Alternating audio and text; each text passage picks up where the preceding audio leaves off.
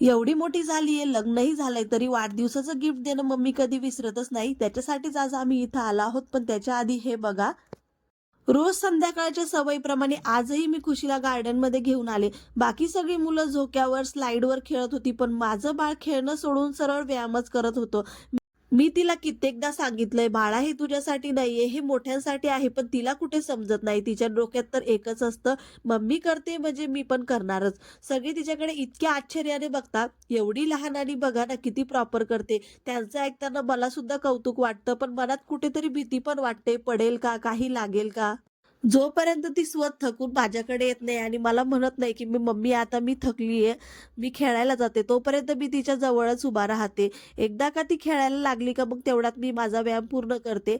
सगळं झाल्यावर आम्ही लवकर घरी आलो. आज खुशीचे पप्पा सुद्धा घरीच होते आणि तुम्हाला मी सांगितलं, की मला माझा वाढदिवस असला, की मम्मी कधीच गिफ्ट देणं विसरत नाही. यावेळी ती जवळ नव्हती म्हणून तिने पैसे पाठवले होते आणि खास सांगितलं होतं, की "बाळा, तुझ्यासाठी काहीतरी छान घेऊन ये" म्हणून.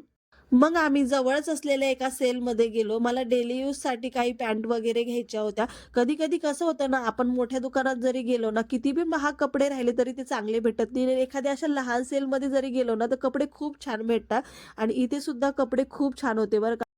त्या सेलमध्ये प्राईस पण खूप रिझनेबल होती. एकदम कमी प्राईसमध्ये छान अशा पॅन्ट मिळाल्या मला.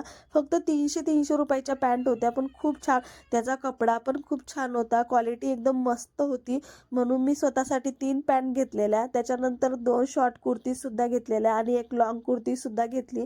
आणि आता मला बघून तर माझं बाळ काही मागे राहणार नव्हतं. मग तिचं पण चालू झालं, मम्मीनी कसं घेतले तर मला पण घ्यायचं. म्हणून तिचा तो हट्ट पूर्ण करण्यासाठी तिच्या पप्पाने तिलासुद्धा 2 ड्रेस घेतलेले. त्याच्यानंतर आम्ही आता आलो होतो शूज घेण्यासाठी. तर मला डेली यूजसाठी शूज घ्यायचे होते छान असे. तर मी शूज घेतलेले. खुशीच्या पप्पांना पण घ्यायचे होते, पण त्यांना स्पोर्ट शूज घ्यायचे होते, की ते म्हटले मी दुसरीकडून घेणार म्हणून. म्हटलं ठीक आहे, पण मला काही जास्त भारी शूज नको होते म्हणून मी इथून छान असे शूज घेतले.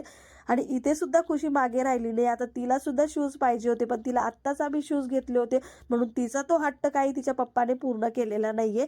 पाहिजे तिथे ते सगळं हट्ट पूर्ण करतात, पण नको तिथे नाही करत. त्याच्यात येताना मस्त पाणीपुरी खाल्ली आणि घरी आलो.